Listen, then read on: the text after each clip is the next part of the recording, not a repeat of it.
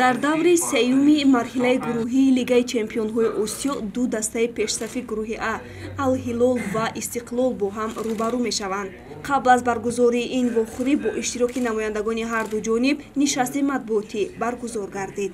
Иҷрокунандаи вазифаи сармураббии бошгоҳи Истиқлол Мубин Эргашев зикр намуд, ки ҳарифи онҳо дастаи Ал-Ҳилол бисёр дастаи қавӣ аст. Бозӣ мушкил хоҳад шуд, вале футболбозонро танҳо барои ғалаба равона месозем. Ҳимоятгар Алексей Ларин ҳам дар нишаст иштирок намуда ба суолҳои хабарнигорон ҷавоб гуфт. Ӯ чунин зикр дошт: новобаста аз оне ки рақиби онҳо қаҳрамонони мусобиқа дар соли 2019 мебошанд, мо то охир тамоми кӯшишҳои худро ба харҷ медиҳем, ки пирӯзӣ ба даст биёрем.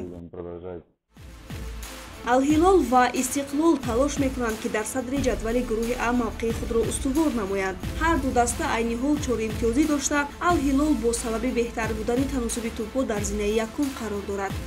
ғалаба метавонад ин ду дастаро ба даври плей-офф наздиктар созад.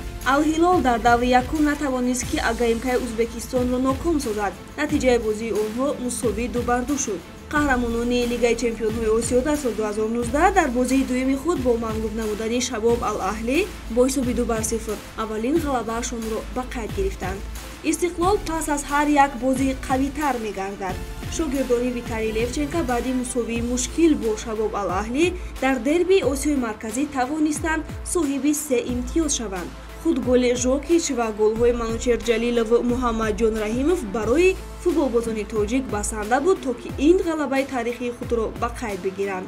Вохӯрии дастаҳои Ал-Ҳилол Истиқлол имшаб соати 23:55 мустақиман тариқи телевизионҳои варзиш ва футбол пахш карда мешавад.